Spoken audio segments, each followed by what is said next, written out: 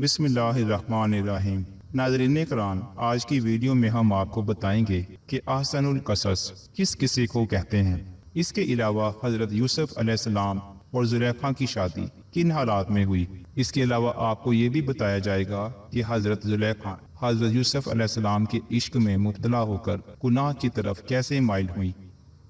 ان سوالات کے جوابات کے لیے ویڈیو کو اینڈ تک ضرور دیکھیے گا۔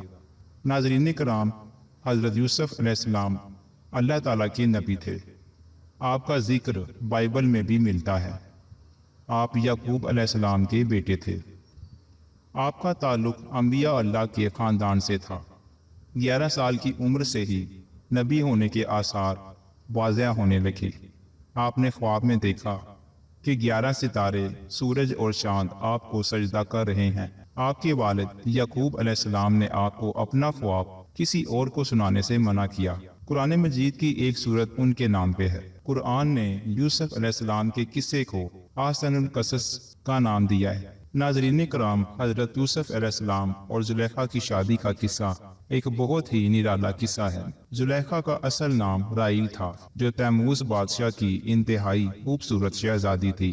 علامہ ابن کثیر لکھتے ہیں کہ 9 سال کی عمر میں زلیخا کو حضرت یوسف علیہ السلام کا دیدار خواب میں ہوتا ہے اور وہ اسی وقت ان کی دیوانی ہو جاتی ہیں۔ کچھ سالوں کے بعد ان کو حضرت یوسف علیہ السلام دوبارہ خواب میں عزیز مصر کے روپ میں نظر آتے ہیں، اور زلیخا کی قسمت ایسی کہ اسی سال عزیز مصر کا رشتہ ان کے لیے بھیجا جاتا ہے اور وہ فوراً ہاں کر دیتی ہیں۔ لیکن شادی کی پہلی رات ان کو یہ پتہ چلتا ہے کہ یہ تو وہ لڑکا نہیں ہے جو مجھے خواب میں نظر آتا تھا۔ کچھ ہی عرصے کے بعد حضرت یوسف علیہ السلام مصر کے بازار میں بکنے کے لیے لائے جاتے ہیں، اور زلیخا کا شوہر ان کو خرید کر گھر لے آتا ہے اور اپنی بیوی سے کہتا ہے کہ اسے بہت عزت و احترام کے ساتھ رکھنا، ہو سکتا ہے کہ یہ ہمیں بہت فائدہ پہنچائے، یا اسے ہم اپنا بیٹا ہی بنا لیں۔ اور اسی بارے میں اللہ تعالیٰ قرآن پاک میں ارشاد فرماتے ہیں کہ ہم نے مصر کی زمین میں یوسف علیہ السلام کے قدم جما دیے۔ اس طرح یوسف علیہ السلام محل میں سکون سے رہنے لگے۔ جیسے ہی آپ نے جوانی کی دہلیز پر قدم رکھا تو زلیخا، جو کہ پہلے ہی آپ کو خواب میں دیکھ چکی تھی، وہ آپ پر قربان ہو گئی۔ اللہ تعالیٰ فرماتا ہے کہ یوسف علیہ السلام جس عورت کے گھر میں تھا وہ اسے پھسلانے لگی اور دروازے بند کر لیے اور کہنے لگی کہ آؤ۔ اس پر یوسف علیہ السلام نے کہا کہ اللہ کی پناہ، وہ تیرا شوہر جو میرا آقا ہے، جس نے مجھے عزت سے رکھا ہے، میں ایسا ظلم نہیں کر سکتا۔ بے شک ظالم نجات نہیں پاتے۔ لیکن زلیخا دروازہ بند کر کے حضرت یوسف علیہ السلام سے اپنی خواہش پوری کرنا چاہتی تھی، لیکن حضرت یوسف علیہ السلام دروازے کی طرف بھاگے اور اللہ تعالیٰ کے حکم سے دروازے کھلتے گئے۔ زلیخا نے حضرت یوسف علیہ السلام کو بھاگتے ہوئے پیچھے سے پکڑا، جس سے ان کی قمیص پیچھے سے پھٹ گئی۔ عزیز مصر نے جب حضرت یوسف علیہ السلام کو یوں بند کمرے سے نکلتے دیکھا تو زلیخا نے شور مچایا کہ یوسف علیہ السلام میرے ساتھ بدکاری کرنا چاہتا تھا، اور بولی، جو شخص تیری بیوی کے ساتھ برا ارادہ کرے تو اس کی یہی سزا ہے کہ اسے قید کر دیا جائے اور اسے کوئی دردناک سزا دی جائے۔ اس پر حضرت یوسف علیہ السلام بولے، یہی مجھے اپنی نفسانی خواہش پورا کرنے پر مجبور کر رہی تھی۔ اللہ تعالیٰ فرماتے ہیں کہ عورت کے گھر والوں میں سے ایک گواہ نے گواہی دی کہ اگر اس کا کرتا آگے سے پھٹا ہوا ہے تو عورت سچی ہے اور وہ جھوٹا ہے، اور اگر اس کا کرتا پیچھے سے پھٹا ہوا ہے تو یہ جھوٹی ہے اور وہ سچا ہے۔ جب یوسف علیہ السلام کا کرتا دیکھا گیا تو وہ پیچھے سے پھٹا تھا۔ تب اس نے زلیخا سے کہا کہ یہ تمہارا فریب ہے اور کچھ نہیں، کہ تم عورتوں کے فریب بہت بڑے ہوتے ہیں۔ پھر یوسف علیہ السلام سے کہا گیا کہ اس بات کا خیال نہ کر، اور زلیخا سے کہا گیا کہ تو اپنے گناہ کی بخشش مانگ، بے شک خطا تیری ہی ہے۔ یہ واقعہ بہت مشہور ہو گیا۔ شہر کی تمام عورتیں زلیخا کو لان تان کرنے لگی کہ اپنے غلام کے عشق میں ہی مبتلا ہو گئی ہے، اور عورتوں نے شہر میں چرچا کر دیا کہ عزیز کی عورت اپنے غلام کو چاہنے لگ گئی ہے اور اس کی محبت میں دیوانہ ہو گئی، ہم تو صرف اسی کی غلطی مانتے ہیں۔ اس پر زلیخا نے تنگ آ کر ایک دن تمام عورتوں کی دعوت کی اور سب کو پھل تراشنے کے لیے پکڑا دیے، اور ساتھ ہی حضرت یوسف علیہ السلام کو ان کے سامنے سے گزرنے کو کہا۔ ان عورتوں نے حضرت یوسف علیہ السلام کی خوبصورتی میں مدہوش ہو کر پھلوں کی بجائے اپنی انگلیاں کاٹ ڈالیں۔ اس پر زلیخا بولی، کہ یہی وہ غلام ہے جس کے بارے میں تم مجھ پر لان تان کرتی تھی۔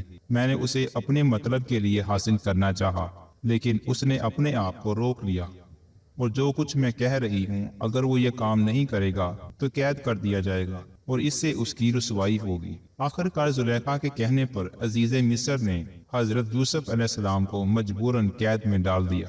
اگر وہ ایسا نہ کرتا تو زلیخا کی عزت پورے شہر میں داؤ پر لگ جاتی۔ پھر 7 سال کے بعد عزیز مصر کو ایک خواب آیا جو بہت ہی عجیب و غریب تھا، جس کی تعبیر کوئی نہ بتا سکا، لیکن حضرت یوسف علیہ السلام نے اس خواب کی تعبیر بتائی اور جس کی وجہ سے اس کو قید سے رہائی مل گئی۔ عزیز مصر نے اپنی وفات سے پہلے ہی تمام اختیارات حضرت یوسف علیہ السلام کے حوالے کر دیے تھے، چنانچہ اس کی وفات کے بعد ریان بن ولید نے حضرت یوسف علیہ السلام کو ہی عزیز مصر بنا دیا۔ ناظرین کرام، شوہر کی وفات کے بعد زلیخا تنگ دست اور محتاج ہو چکی تھی اور آنکھوں کی بینائی بھی چلی گئی تھی، تو کسی نے انہیں مشورہ دیا کہ اگر آپ حضرت یوسف علیہ السلام سے اپنا معاملہ ذکر کریں تو ہو سکتا ہے وہ آپ پر رحم کریں اور آپ کی مدد فرمائیں اور آپ کو غنی کر دیں، کیونکہ آپ نے بھی ان کا خیال رکھا تھا اور ان کو عزت دی تھی۔ لیکن کسی نے ان کو یہ بھی کہا کہ ایسا نہ کیجیے گا، ہو سکتا ہے ان کو آپ کا برا سلوک یاد آ جائے کہ جب آپ نے ان پر الزام لگایا تھا اور ان کو کافی تکالیف کا سامنا کرنا پڑا تھا، یہ نہ ہو وہ بھی آپ کے ساتھ ویسا ہی سلوک کریں جیسا آپ نے ان کے ساتھ کیا تھا۔ لیکن زلیخا نے کہا کہ نہیں، میں ان کی کرم نوازی سے خوب واقف ہوں۔ چنانچہ آپ حضرت یوسف علیہ السلام کی گزرگاہ میں بیٹھ گئیں اور ان کا انتظار کرنے لگیں۔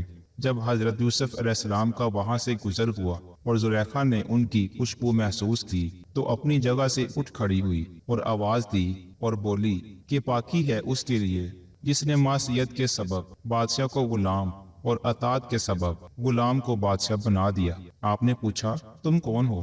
عرض کی کہ میں وہی ہوں جو آپ کی خدمت خود کرتی تھی، آپ کے بالوں میں اپنے ہاتھ سے کنگھی کرتی تھی اور آپ کے رہنے کی جگہ کی خود صفائی کرتی تھی۔ مجھے میرے کیے کی سزا مل چکی ہے، میری قوت ختم ہو گئی ہے، میرا مال بھی ضائع ہو گیا ہے اور میری آنکھوں کی روشنی بھی ختم ہو گئی ہے، اور میں اب لوگوں سے سوال کرنے پر مجبور ہو گئی ہوں۔ پہلے مصر کے لوگ میری نعمت کو دیکھ کر رشک کرتے تھے اور اب میں اس سے محروم ہو چکی ہوں، کیونکہ فساد کرنے والوں کی یہی سزا ہے۔ یہ سن کر حضرت یوسف علیہ السلام بہت روئے اور زلیخا سے فرمایا کیا تیرے دل میں اب بھی میرے لیے اتنی ہی محبت ہے؟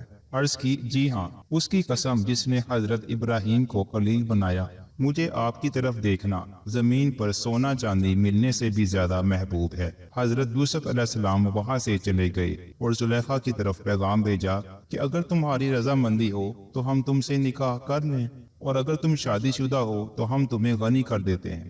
آپ نے حضرت یوسف علیہ السلام کے پیغام لانے والے سے کہا میں جانتی ہوں کہ وہ مجھ سے مذاق کر رہے ہیں، کیونکہ میری جوانی اور حسن و جمال کے وقت تو انہوں نے میری طرف توجہ نہیں دی تھی، اور اب وہ مجھے کیسے قبول کر سکتے ہیں جبکہ میں اب اندھی ہوں اور میرے پاس کچھ بھی نہیں ہے۔ بہرحال حضرت یوسف علیہ السلام نے حضرت زلیخا سے نکاح کر لیا اور اللہ تعالیٰ سے اس کے اسم اعظم کے وسیلے سے دعا کی تو اللہ تعالیٰ نے حضرت زلیخا کا حسن و جمال اور جوانی واپس لوٹا دی اور ان کو آنکھوں کی بینائی بھی واپس مل گئی۔ آپ کے بطن سے حضرت یوسف علیہ السلام کے 2 بیٹے پیدا ہوئے جن کے نام ابراہیم بن یوسف اور منشا بن یوسف تھے۔ شادی کی رات حضرت یوسف علیہ السلام نے حضرت زلیخا سے فرمایا کہ کیا یہ اسے بہتر نہیں ہے جو تم چاہتی تھی؟ وہ کہنے لگی کہ اے یوسف، مجھے ملامت نہ کریں، میں حسین و جمیل تھی اور ناز و نام میں پلی بڑی تھی، اور میرا شوہر بھی ایسا تھا جو کہ نامرد تھا اور عورتوں کے پاس نہیں آتا تھا، اور اللہ نے آپ کو ایسا حسن دیا تھا کہ میرا نفس مجھ پر غالب آ گیا۔ یہاں پر امام فخر الدین رازی لکھتے ہیں کہ حضرت یوسف علیہ السلام بہت زیادہ حسین و جمیل تھے۔